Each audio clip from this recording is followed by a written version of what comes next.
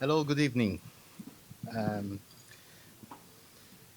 Welcome, everyone. Thank you for joining us today. My name is Nicola de Blasio. I'm a senior research scholar with the Center on Global Energy Policy at Columbia University here at CEPA.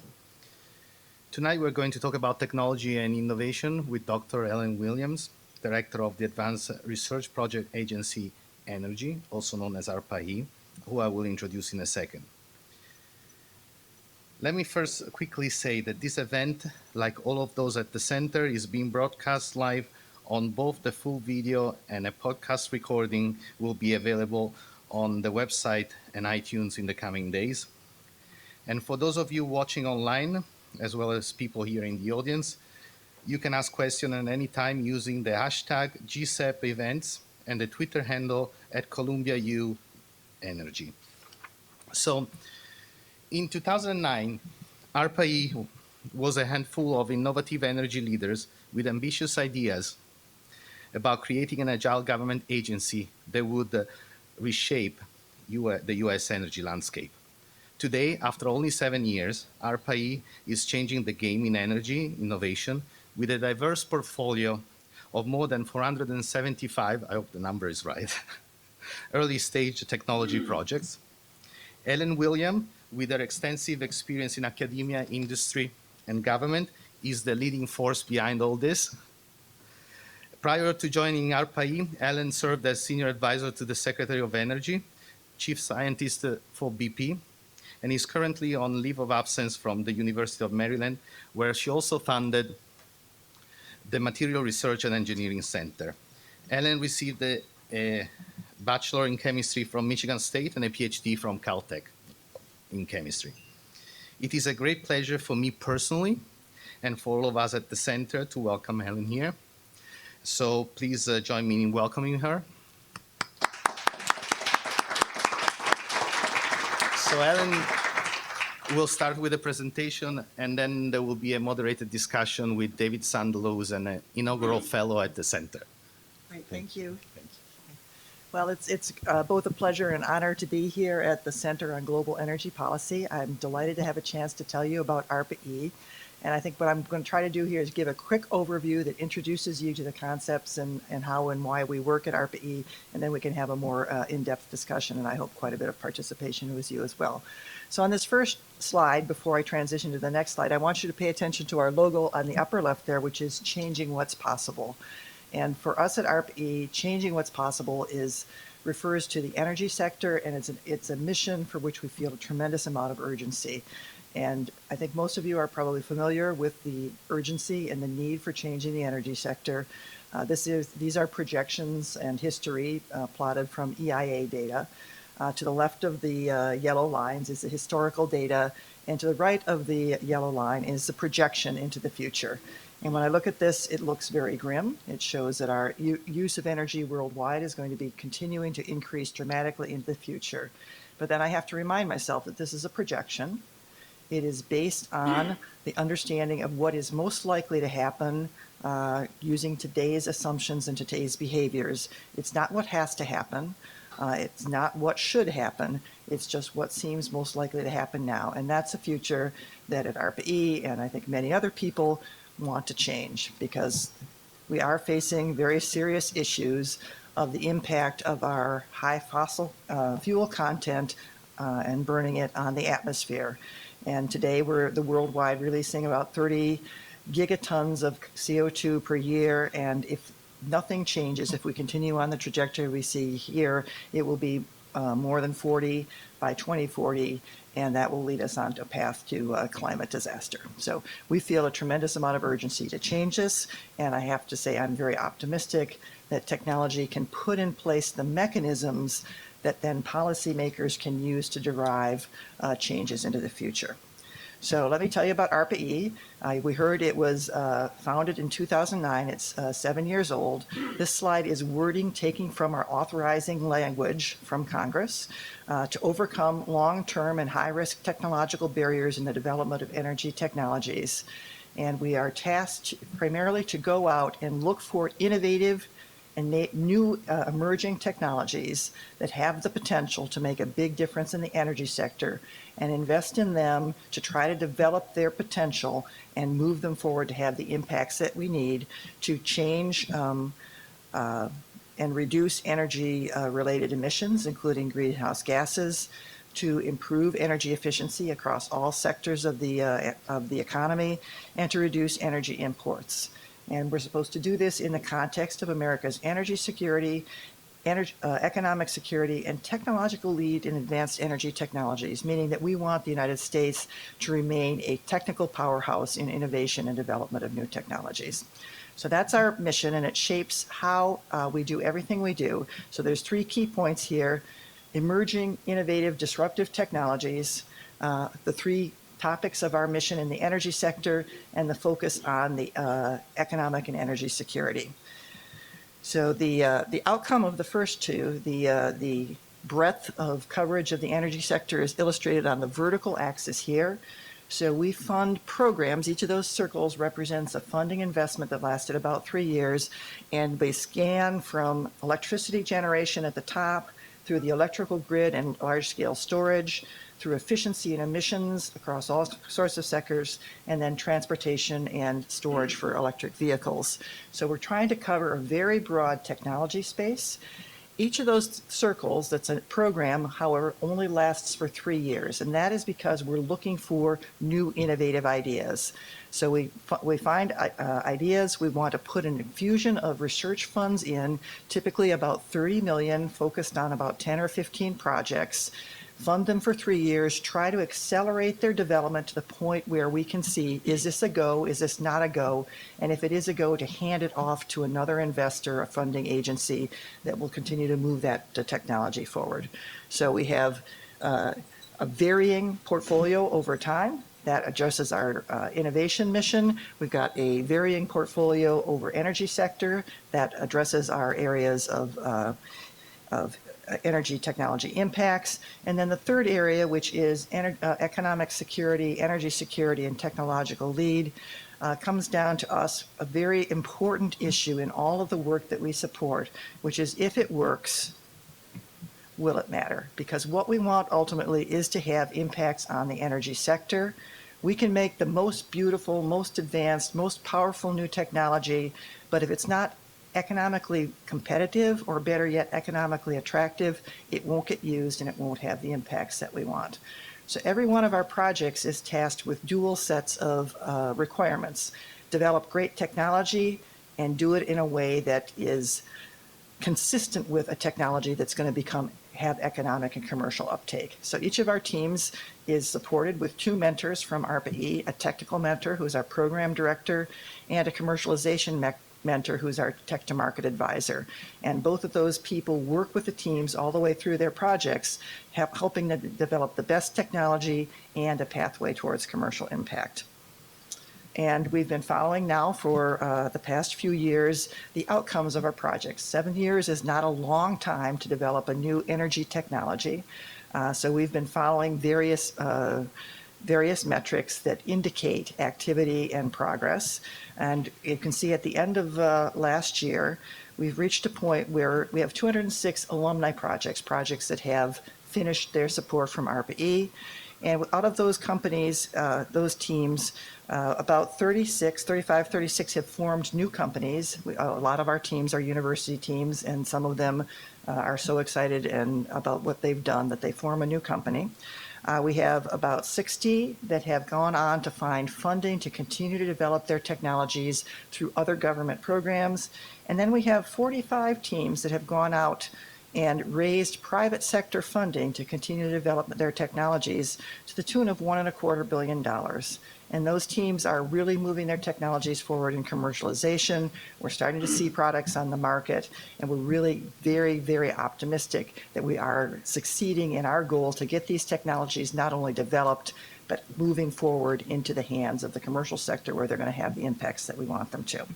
So I'd like to tell you about 2 programs just to give you a flavor.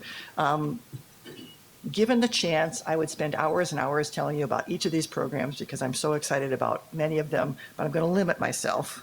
Okay? I'm going to talk to you about Monitor, which is a program for looking at leaks of natural gases. And then I'm going to talk about Terra, which is a program looking at sustainability of biofuels. So let me just quickly give you those two overviews.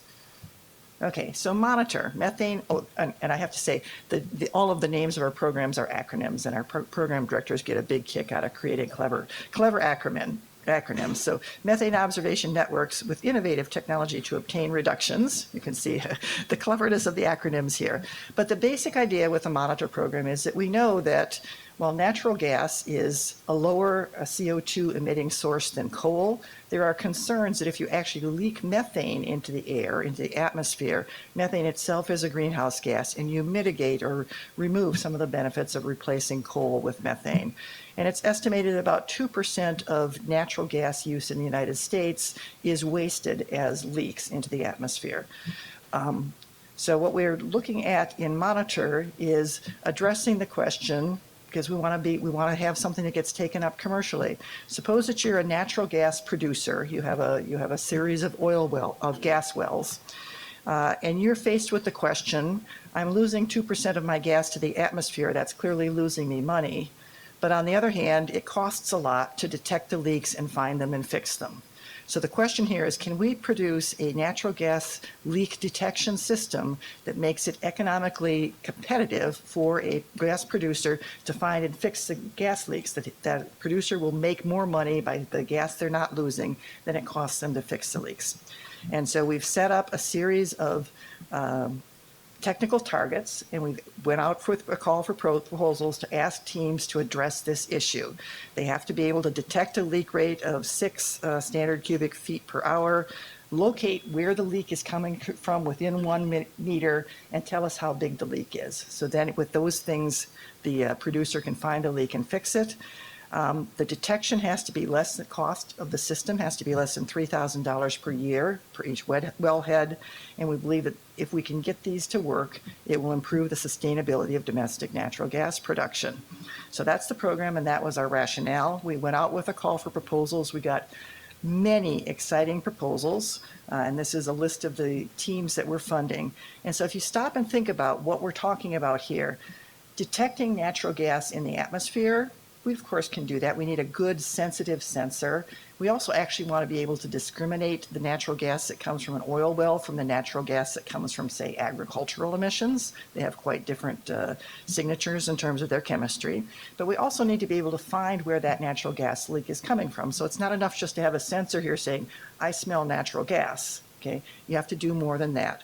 So each of these different systems is set up to either move around and detect the natural gas in different places and then triangulate back. And of course, you have to know what the weather is, you have to know what the wind speed is, or to have a series of different detectors placed at different points, or to do imaging. And one of the things that's going on here is that it's combining 3 different areas of technology: very sensitive sensors, the ability to do remote detection, and the ability to do big scale computation, because you're taking in a large amount of data, quantities of methane versus time versus position versus meteorological conditions, and really using those to track back to the source.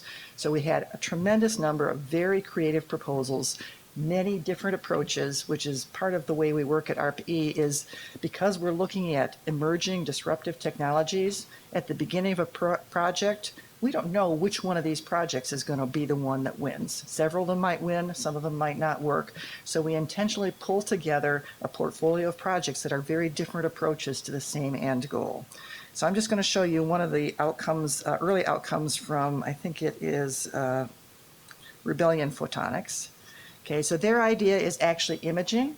So instead of doing a big back calculation to find out where the gas is coming from point source measurements, they're actually going to image an entire gas cloud. And so they have an IR camera, which can detect in a variety of different spectral regimes. They made it very, very tiny, and they've got it up on a camera above the system. They're lightweight and portable, and they have to be very, very cheap. And the little picture on the lower right is one of their first results, showing their ability in the colors there to detect the concentration of natural gas as a function of position through the air, and you can see how you can trace back and follow the trajectory to where the concentration is high and point it back to the source of the natural gas. So this has been a really exciting program. It has been going on just at a time when there's a huge amount of discussion going on from EPA, from the Interior Department, about regulating and monitoring natural gas emissions. We've been working hard with those agencies and with state agencies to make sure that they're aware that these technologies are coming and that they get put into the regulations, because there's often a problem when you have new regulations that they might lock out new technologies and lock in an older, less good technology. So this is an exciting one. Okay, let's see here. The other one that I'd like to tell you about is Terra. This is a new project that we just kicked off last summer. And the idea here is that we're very concerned about the sustainability of biofuels crops. For biofuel crops to be sustainable, they need to not have to compete with food crops, which means they need to work on less productive land. They need to be sensitive to water use less water, and they need to be sensitive to fertilizer use, less fertilizer. And they need to have a very high yield per unit area to be economically viable. The way that new crops are developed is primarily through plant breeding, just kind of like what Mendel did. You see this plant that has these characteristics, that plant that has those characteristics. You take their seeds, you interbreed the two plants, and you hope that the new plant that comes out the other side has better characteristics, has what you want. It's a very slow and cumbersome process. And at this point, it's mostly done by big seed companies focused on 3 or 4 major cash crops. Corn, wheat, rice are the ones that get most of the breeding attention. So our idea is to democratize that process, make it cheaper and easier to develop new plant breeds, and therefore accelerate the development of more sustainable biofuels crops. Okay, so the sustainability issues are illustrated here. On the left, actually, this is a plot of what's going on with food. There's a lot of concern about our ability worldwide to continue to produce enough food for the world's populations. Projections are that we need to continue to increase the productivity of our food crops.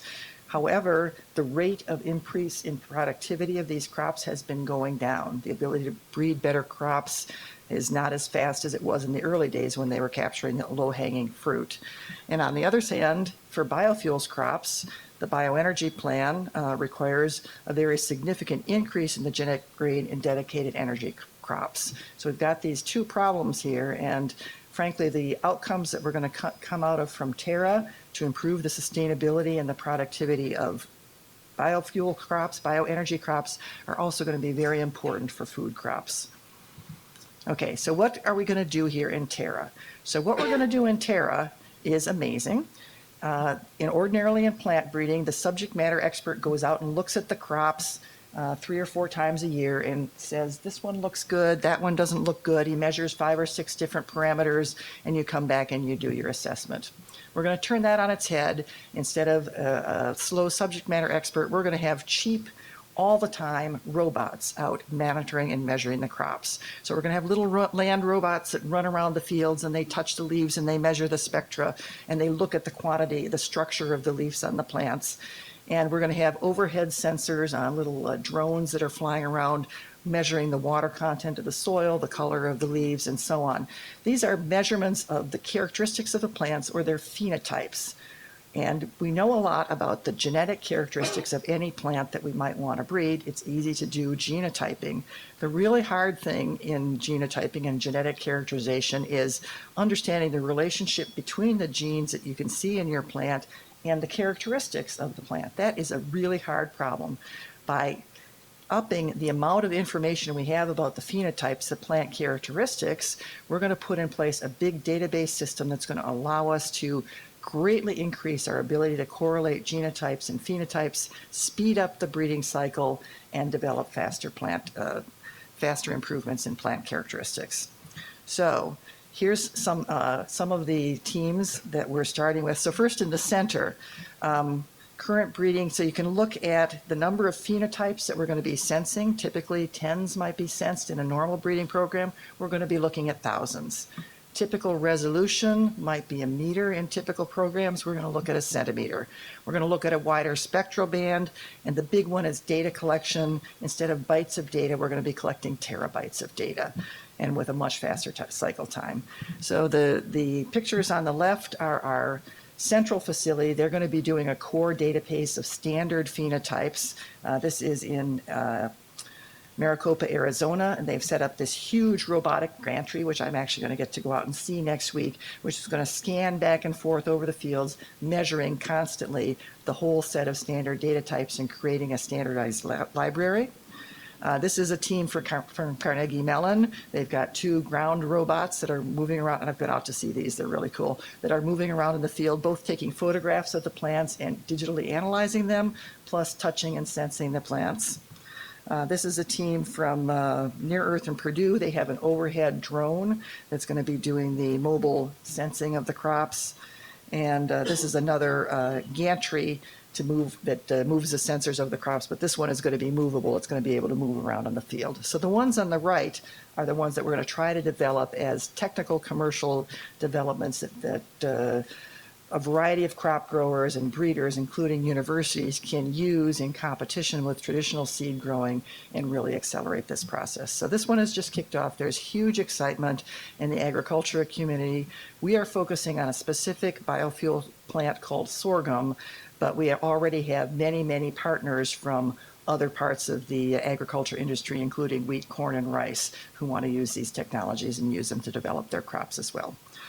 So that was a real quick overview. I'll come back to kind of where I started, the urgency of the problems that we're trying to solve. I showed you originally the plots for the world energy system. This is the United States energy system. It's rather flat moving into the future, but flat is not good enough. We can't just keep emitting the same amount of CO2. We have to draw it down dramatically. And on the right is one kind of schematic illustration of what has to happen. A lot more energy efficiency, a lot more low carbon energy sources, and a lot of switching in terms of the balance between the types of sources that we're using. But we believe that this is a doable technical future, and that by putting in place technologies that are commercially and economically viable, we're giving policymakers real tools to use to make these new technologies come into play and change our future. So thank you very much. Ellen, I was on your website today looking at some of the other great work you're all doing, and I saw a few projects I was particularly interested in. I wanted to ask about. One of them is the work you're doing on converting renewable electricity to fuels. Can you say a word about that and what that is? Okay, so I think you're talking about the Refuel Program.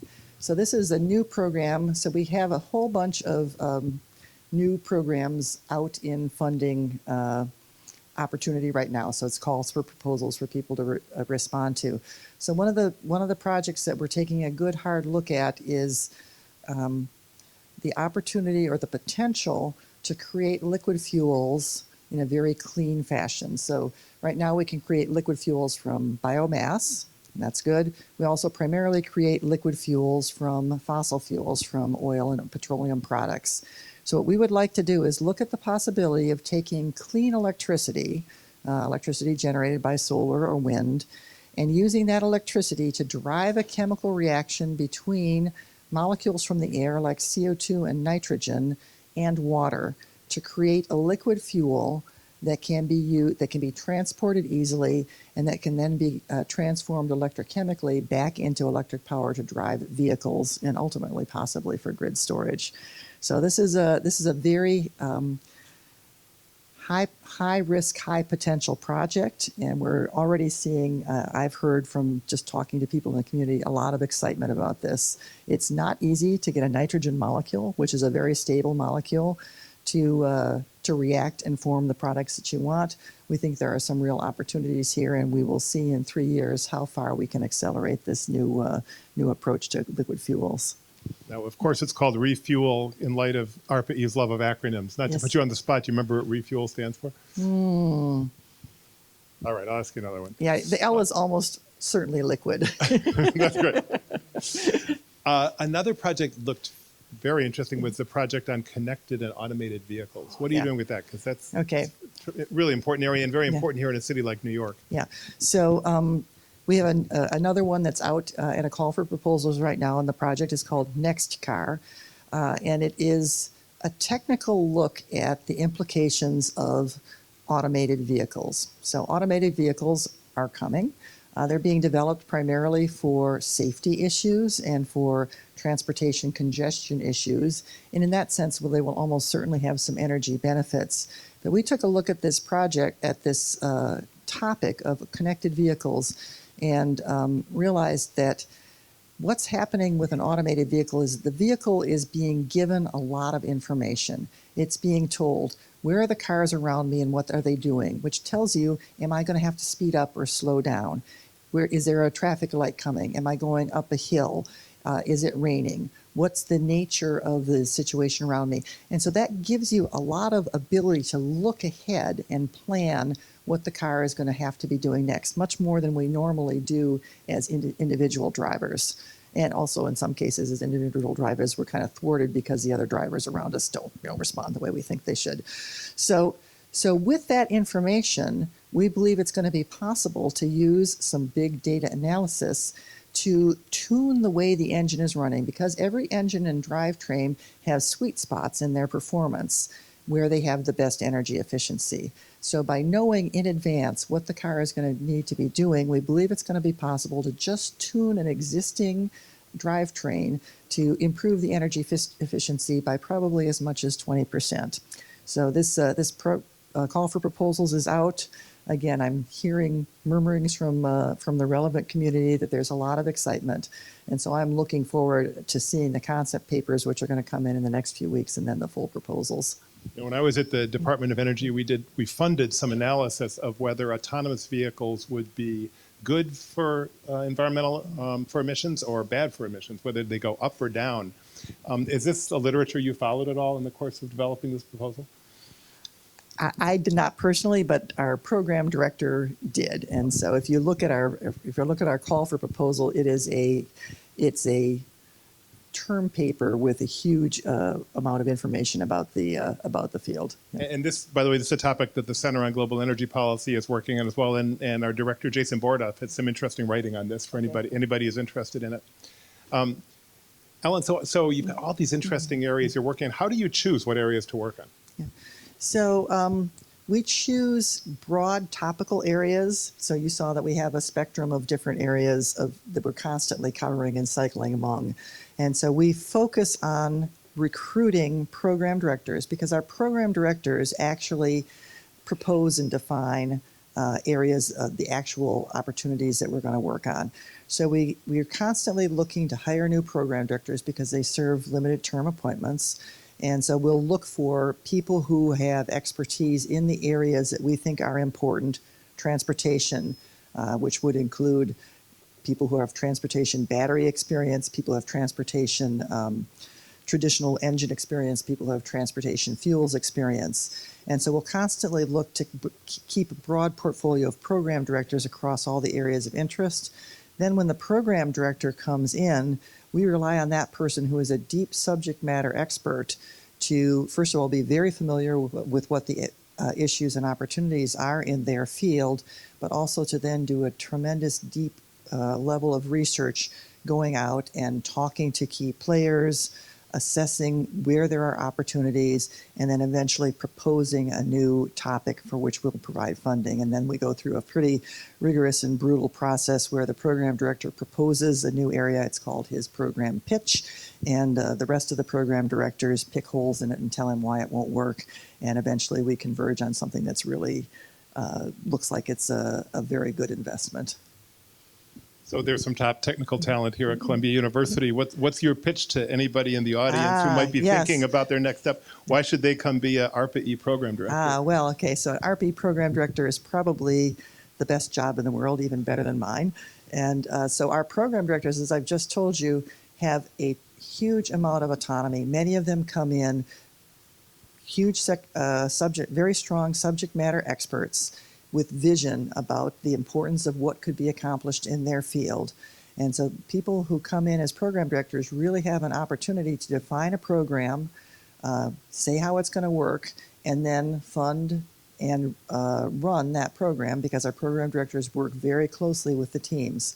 So many of our program directors are very passionate, well, all of our program directors are very passionate about their programs, and many of them came in with a strong thought about what area they believed was important and what they could do if they could drive that forward. So if anyone here really has that kind of passion to make things happen, to drive innovation in their area of technical expertise, program director is a great job. And what's the size of their budgets typically, and what size grants do they hand out? Yeah, so typically a program director will come in aiming for a $30 million program, and within that program they can fund fewer big projects or more smaller projects. Our average size project is $2.7 million over a 3-year period, but the program directors have huge flexibility in deciding how to allocate those funds. And then some program directors, we also have other funding opportunities. We have open calls for proposals every 3 years. Many program directors pick up projects that they're interested in from the open programs, and we also have ideas projects, and many of our program directors pull in interesting new concepts from the ideas projects to supplement their area of interest. And then some program directors are so energetic that they actually start a second program, and they wind up having supported more than $60 million of research opportunities. And so do the program directors select the winning projects, or how does that process work? Okay, so that's a very formal process. So we have we do a 2-stage reviewing process. Concept papers come in first, short, so that we can give people quick feedback on whether they're in the right ballpark. Those are reviewed both with external reviewers and internal reviewers, and then we have an internal panel of program directors who review the reviews and come up for a recommendation of which concept papers to encourage. And then when we go to the full applications, which then come in sometime later, again, external reviewers, internal reviews, and then we have a panel of expert reviewers come in and discuss all of the projects and give them rankings. And then again, a team of program directors put a gloss on what the external reviewers have told us, because the external reviewers may all tend to focus on what they think is the best, most obvious technology, and that's the one that should be developed, whereas we want a portfolio of technologies. So we'll put our portfolio and our commercialization gloss on that. Then that review board makes a recommendation to me. My job is to really make sure and ask them a lot of tough questions that they've really addressed this in a balanced and thoughtful fashion, and then we agree on the outcomes, and away it goes. Let me ask a more kind of political Washington, D.C. question. I mean, ARPA-E has enjoyed really striking bipartisan support, and there are not that many programs in Washington today that enjoy bipartisan support. It's such a polarized environment. Any thoughts on why and how that happened? Yeah. Well, in part, we have good support because we are, in some sense, we're perceived as more like a research and development agency rather than applied program, although, as you can see, what we do is fairly applied. So we enjoy the benefits of the good bipartisan support for basic and innovative research. And then the other reason I believe that we've had good support is that we are very rigorous in our program management. So once we have provided funds to a project, it's not just that we've tossed the money over the fence and said, come back in 3 years and give us a report.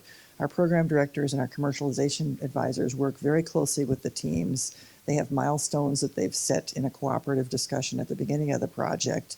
And so the teams are really being asked to meet milestones every quarter.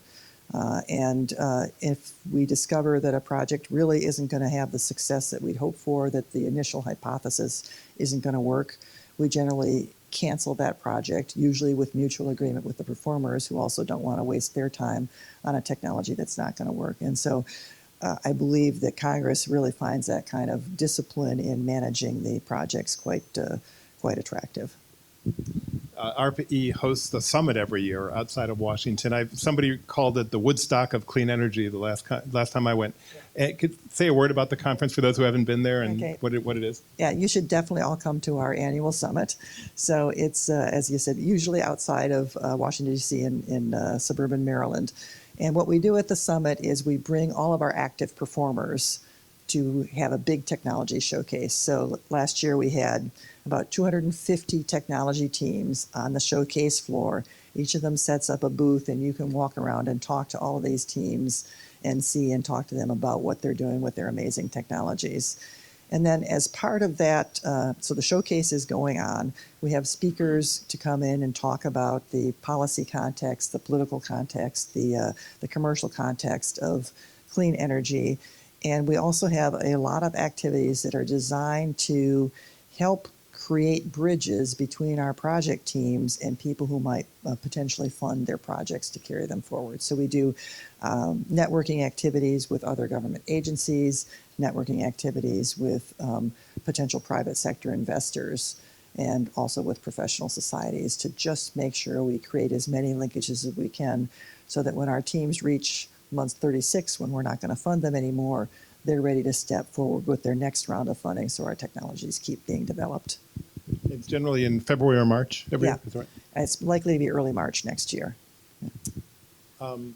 Just a few more questions, then I want to bring in the audience because we have a lot of expertise in the audience. But so as you said in your talk, ARPA-E has been going for 7 years now. Are there any kind of poster children success stories, anything you point to say this is an example of what ARPA-E has done? Okay, well, I think probably one of the canonical ARPA-E projects is a project called Makani. And it's canonical because initially when the proposal came to us, most of the people who looked at the proposal said, don't touch that with a 10-foot pole, it's too risky. And so the project actually is to create an airborne wind turbine, which sounds insane. A wind turbine is a big thing. So here's the idea. You take a unmanned aerial vehicle, and it's got propellers, of course. It flies up to a higher altitude than normal wind turbines. So normal wind turbines, can reach a certain height and then they become unwieldy. The winds get better as you go higher. So the idea is get your wind energy collection up to an altitude, say between 500 and 1,000 feet, where there's good steady winds over a huge part of the continental United States.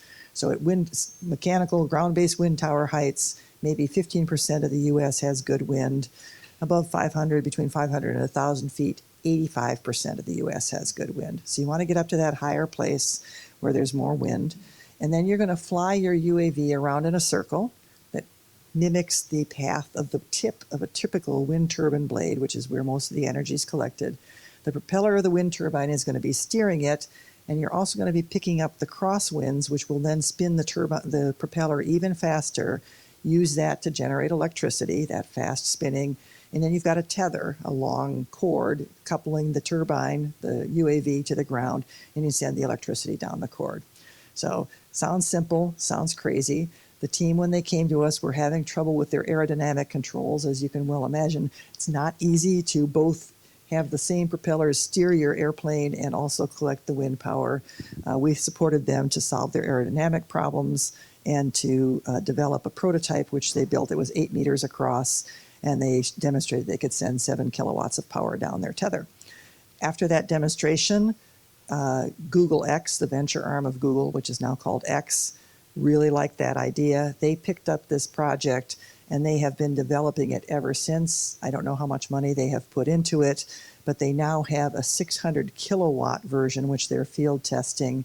They believe that they're going to go commercial within a couple of years, and they have a plan for deploying these aerial wind turbines in wind farms and believe they can actually pack them more densely than can be done with standard products. So for me, this is a poster child for ARPA-E's success. We're really watching to see what happens here. It looks like it's going to go. If it does, it's going to transform the future of wind. So that would be our first really big win. Great. Let me ask one more question before bringing in the audience. I noticed the biofuels project you described had a large big data component to it.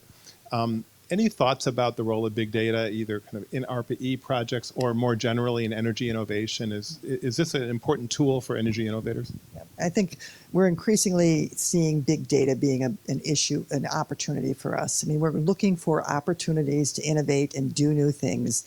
The fact that it is now possible to measure and handle and correlate big data is really opening new opportunities. The Next Car project, That's a big data project. We have some grid modernization projects that are very much big data projects. So I see that as, kind of this season's really big new opportunity to make advances in energy technology. Well, I know we have at least one successful ARPA-E grantee in this audience, Professor Alyssa Park, whose work benefited from ARPA-E's funding, I think before you were there. But still, we have quite an expert audience. Any questions for Dr. Williams? Please come to the microphone. While we wait, let me just ask about other poster children success stories. Any come to mind? Well, I think one of the areas that we've got a kind of a really steady long-term success is in grid scale storage using batteries. So everybody is familiar with the need for developing high energy density batteries for electric vehicles. There's also a need for figuring out ways to store energy to support the intermittency of renewable sources like wind and solar. Grid scale batteries are different from electric vehicle batteries because they don't have to be small and compact. They can be big.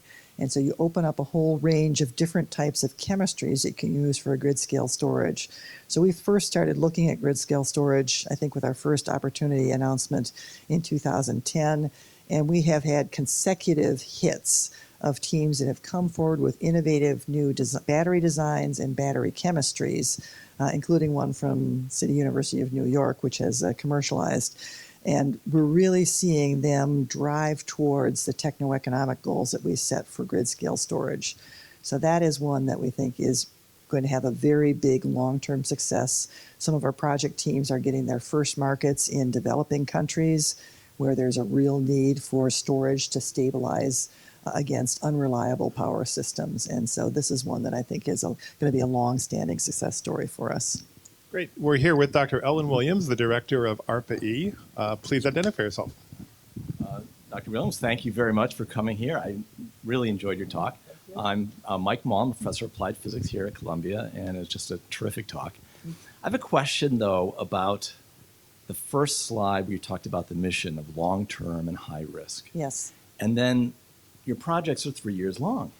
And of course, the central part is transforming it to another agency or to a company. But it seems to me that maybe sometimes you should consider cases where you give it another 3 years. And I want to talk a little bit about that long-term aspects, the fact that a lot of technologies do take its time to develop. What are your views of maybe expanding ARPA-E to look for a second round? Yep. Or what do you do if you have a great technology where you can't find someone to take it on when you're finished? Yeah. So those are exceptionally good questions, and it's ones that we're really wrestling with in terms of strategic context.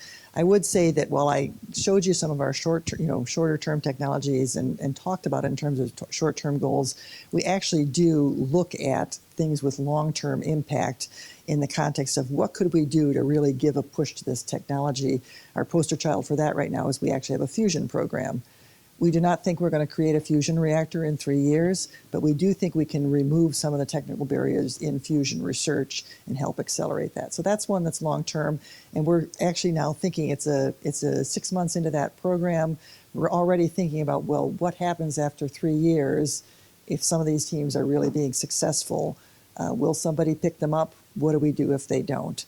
Some of the things that we've done are, for instance, in grid scale storage. When we've run one project, at the end of that project, we've identified some areas of technology that are technology barriers, and then we would start a new program that addresses that aspect of the problem. And we are also really thinking hard about the systems issue, which is that we see that a lot of our technologies, because it's fast development in 3 years, the first product that comes out may be kind of a component level product. And these are emerging, new, innovative technologies. And for instance, we've got a company that created a really great thermoelectric device, perfect for use in refrigeration. But when you go to a refrigerator company, they say, yeah, but that doesn't match our production line. How do we use it? And so another thing that we're thinking about, in addition to kind of longer term projects, is what can we do to help solve some of those systems integration problems of these emerging technologies so that their pickup is quicker. So some of the Department of Energy's programs are, farther on the TRL scale, farther up on the TRL scale. They're more applied programs. Do you look for the opportunity to transfer the funding from ARPA-E to those other DOE programs? Yeah, absolutely. So we have got some really great stories where projects that we've supported and moved up the TRL scale have then been picked up by some of the other programs in DOE. Our early carbon capture program, we had at least 5 of the projects coming out of that move over to the fossil energy carbon capture program as one example. Yes, sir.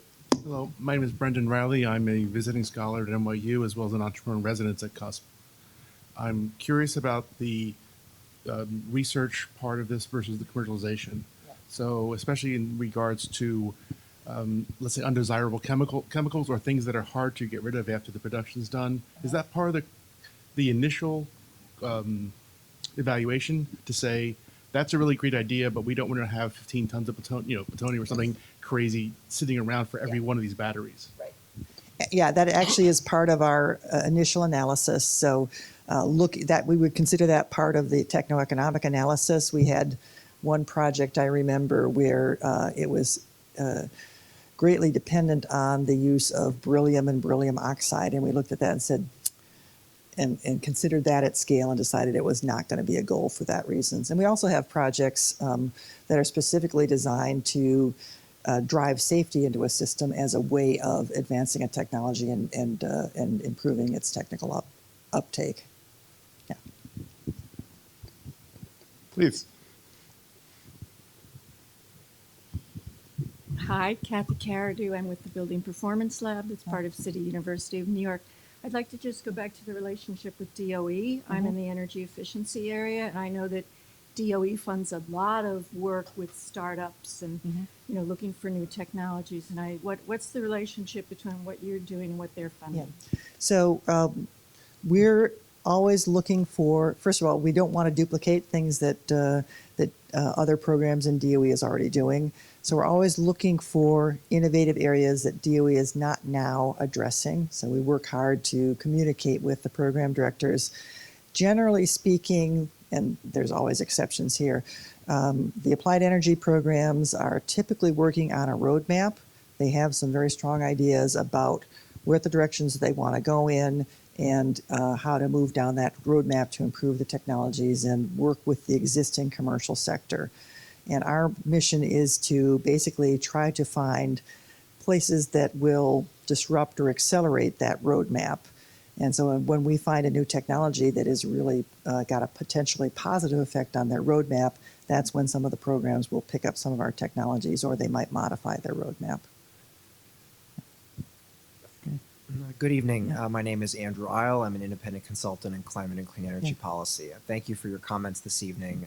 Fascinating to hear about your portfolio of projects. My question is in relation to the heterogeneity of the wide range of projects that you work on. And if you could speak a little bit to how you select and also gauge the success of projects. I know that you mentioned some of the metrics of whether projects have been commercialized and whether they've gone on to achieve funding from other government or commercial private sources. And you also mentioned that projects will have benchmarks or other targets that they're moving forward towards that are project specific. But I imagine it's very complex and difficult to compare projects against each other across such a wide range. And if you could speak to your thinking and process for that. So, as you say, there's a lot of different technologies here,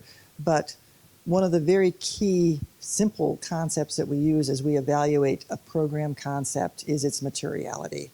So there's lots of things that might impact energy efficiency, but the LED on your computer that's flashing all the time and making that flash less often, that's not very material. It's not a big impact on the energy system.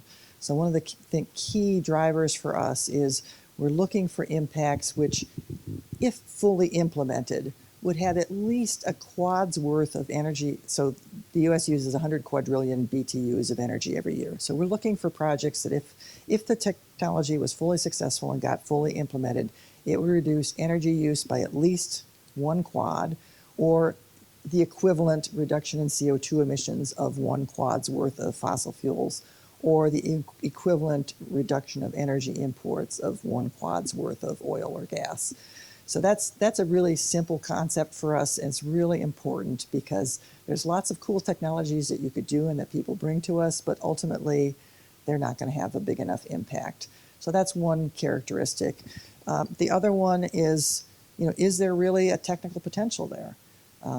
There's lots of things we'd like to do. We'd like to turn lead into gold, but we don't quite have an idea about how to actually make that happen. And so there's also a tremendous amount of analysis we do to say, basically, when we start a program, it's okay if there's one miracle required to get to the end product, but two miracles, not so good. Thank you. Yeah. Let me, Yeah. Go ahead, sir. Yep. Good evening, Dr. Williams. My name is Vasilis Thanakis. I'm director of the Center for Life Cycle Analysis here at Columbia University. And I wanted to find out if in your radar, the issue of water and energy nexus, if it is flying high there, Yes. if you had any projects related to production of fresh water Yes. from seawater brackies, Yeah. and if you see actually the potential for transformations there, because from what I know, there is a potential for a lot of improvement, but perhaps nothing in the order of improving by a factor of 5. That's a typical metric, Yeah. the cost of producing fresh water. Yeah. So I have to always maintain our focus on our energy mission, but we do, pay attention to the water energy nexus. And the big program that we have right now at that nexus is one that has to do with water use for cooling of power plants. And as you know, the biggest source of freshwater withdrawals worldwide and in the United States is taking water out of lakes and rivers and using it to cool the low temperature side of the machines that generate electrical power. And that is a huge impact environmentally overall, and especially detrimental in areas where there is drought or water scarcity. So the program is called ARID, and it's just about a year old. And the idea is that we are looking for new technologies that would allow you to run a power plant without any water, basically dry cooling. It's possible to do dry cooling right now just the way your radiator your car does by blowing air, but you lose 15% of your energy efficiency, and that's also not acceptable. So our ARID project is, what can we do in terms of dry cooling that allows us to continue to produce electric power, but with much lower efficiency loss. And so that's a really exciting program for us, and it's the one that is most relevant to the water energy nexus. I believe we have quite a few projects on membranes, which of course are relevant for desalinization, but we haven't made that a primary focus of any program. Thank you. Yeah.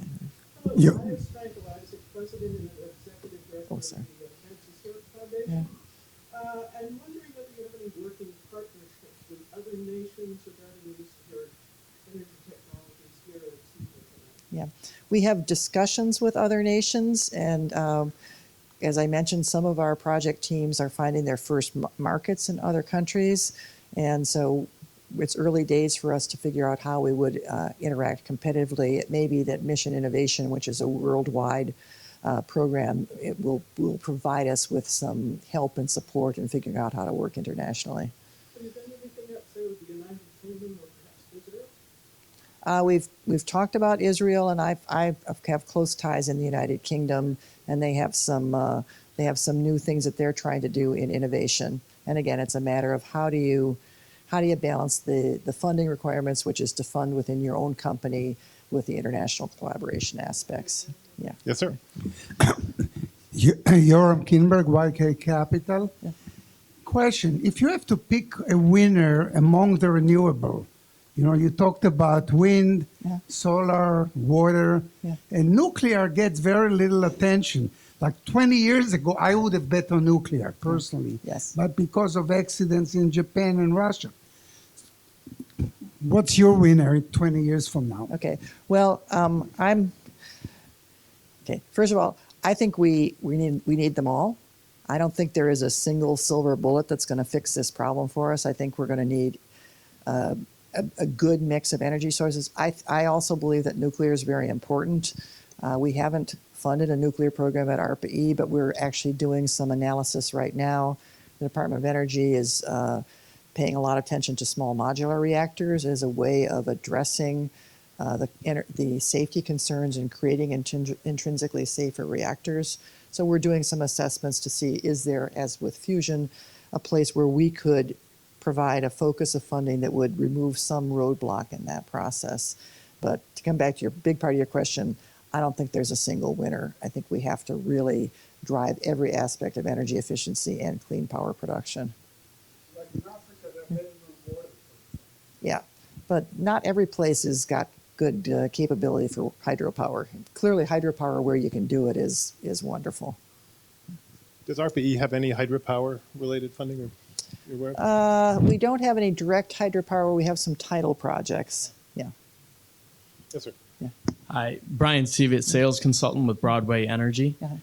My question regards ARPA-E's budget in relation to the threat of climate change, Yes. Both economic and physical. You look at the numbers of ARPA-E's budget, I think it's something like $300 million this year, hopefully increasing to $500 million next year, hopefully. Is this, in relation to the total government outlays, a very small percentage? I know that that might not be a fair comparison. Yeah. But is that enough to answer the threat of climate change, or what's RPE telling the government, given its excellent track record on ROI return? Yeah. Mission innovation, which I mentioned earlier, is an international program where a lot of countries, including the United States, have agreed in principle to double their clean energy budget, in R&D budget, over the next 5 years. And ARPA-E is classified within DOE as a strong mission innovation component. And I believe that if we double our budget, we can deliver value every step of the way with that. We're close to wrapping up, but I want to just ask about a few other topics. When we were talking before, you mentioned a project you're funding on radiative forcing, which I thought was very interesting, and the crowd might be interested. You want to say a word about that? Okay. So this is another canonical ARPA-E project, because it came to us as such a brilliant technical idea. And here's the idea. So I've got a surface or a material, and we know that it can reflect light and it can also absorb light. And that, of course, defines its color. And the basic physics thing you have to understand is that all warm bodies emit light of different colors. And you can only emit light as an object of the same colors that you can absorb. So if I can absorb red light, I can emit red light. If I reflect red light, I don't emit red light. Okay, so that's the basic physics principle. So then the other physics principle is that the colors of light coming from the sun are at the high energy side, the visible, blue, violet, and then they go into the near IR, infrared, but they don't have much, there's very little far infrared energy coming from the sun. But the thermal temperatures of our bodies and things out in the world have a lot of low energy, far IR source coming to them. Okay, so that's all the background. Now I'm going to say to you, suppose I can create a material and it reflects all the colors from the sun, but we allow it to absorb and emit in the far infrared. There's hardly any energy coming in from the sun, but hot objects are emitting a lot of energy at that wavelength or that color of light. So think what's going to happen here. I put this object out in the sun. It reflects all the sunlight. It's not picking up any new energy. It's sitting on a warm object underneath it, and as a result, it's radiating energy. Energy's going out in this far infrared band, which, by the way, we have tailored this far infrared band to match a point where the atmosphere is transparent. So this light goes out through the atmosphere. It does not get picked up by CO2 or water or any other molecule in the air. It essentially goes straight out to outer space. So what happens to this object? No energy coming in, some energy going out. What's going to happen to it? What did you say? Is it going I to think get I heard warm? it from, yep. Yeah, is it going to get warmer or is it going to get cooler? Cooler, and it does. Amazing. So this team came to us and said, we want to do this. We said, well, yeah, it's a great idea. It should work, but can you do it in a way that's commercially viable? And they came back and said, look what we can do. They came up with a reel-to-reel process for fabricating this type of designed material, put it on the roof in Stanford in the middle of the day. It cools spontaneously with no incoming energy, no power to make it go. It cools by 2 or 3 degrees centigrade, which is enough to make a difference in a lot of processes. So we're very excited about it. They've started a small company, and they're working on developing their first markets for this amazing new technology. Just one other thought is you mentioned an engine application. That was particularly interesting. Yeah. So I mentioned, for instance, the ARID project, where we're going to try to make power plants more efficient in the absence of water for cooling. Well, what is this? It's a cooler. So several of our applicants for the ARID program, in fact, are taking this concept and applying it as a way to help cool down the low temperature side of their engines so they'll run more efficiently. In a moment, I want to ask you to wrap up with some career advice for students graduating. Okay, but yeah. first, we have time for a few more questions. Sir.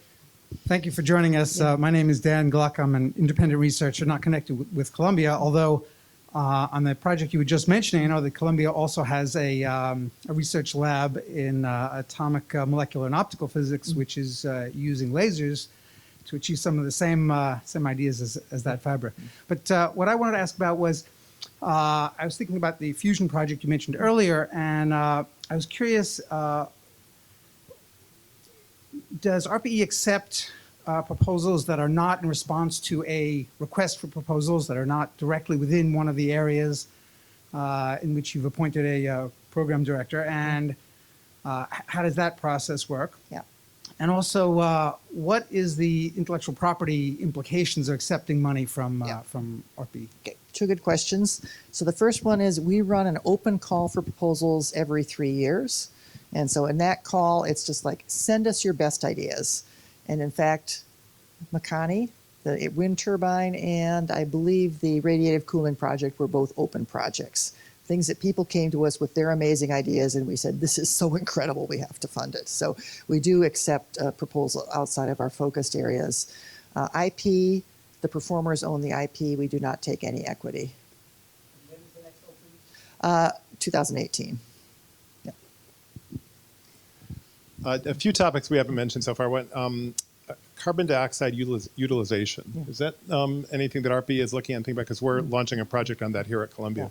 Of course, the successful project from Columbia was, in fact, a carbon capture and utilization project. That was one of our earlier ones. One of the things that we're doing right now on CO2 emissions is a different approach to carbon capture. So I mentioned our Terra project.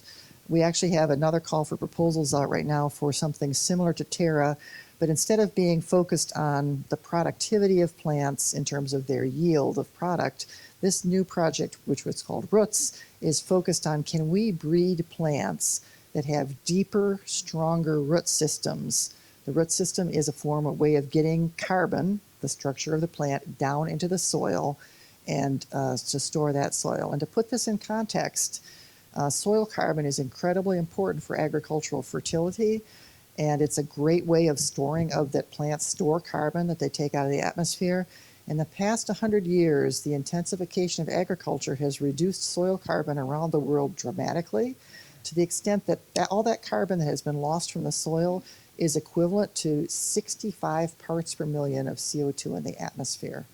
So if we could develop ways to have agricultural crops taking more carbon out of the air and putting it into the soil in kind of a steady state process where more is going down than is coming back out, we could have a very substantive impact on net carbon emissions and the amount of carbon into the atmosphere. So it's a different way of looking at carbon capture and storage that I'm really excited about. And how about offshore wind? Offshore wind, we have a couple of, from Open, we have a couple of rather innovative offshore wind projects, really looking at offshore wind in a different way than your standard big turbine. And also the Makani project that I mentioned earlier, it could be a very, very powerful offshore wind technology because it doesn't require being rooted to the ocean floor for its basing, which makes installation much less expensive. All right, well, final question. You've had a remarkably successful career in academia and corporate settings and now in government. Just for students in the audience and those listening, any advice as they leave Columbia for on any front? Yeah, well, I think the advice I generally give is for students, people who are in their graduate school, undergraduate and graduate school, is the first advice is absolutely become the very best expert that you can in your own disciplinary field. You need in your future life, whatever you're going to wind up doing, you need that core expertise and that experience of having really excelled at what you're good at. You can specialize when you're young. You're going to broaden out and become less specialized later in your life, but don't broaden out too fast. Make sure you maintain your core technical competency early on in life and give yourself that sound foundation to build on. Well, please join me in thanking Dr. Ellen Williams.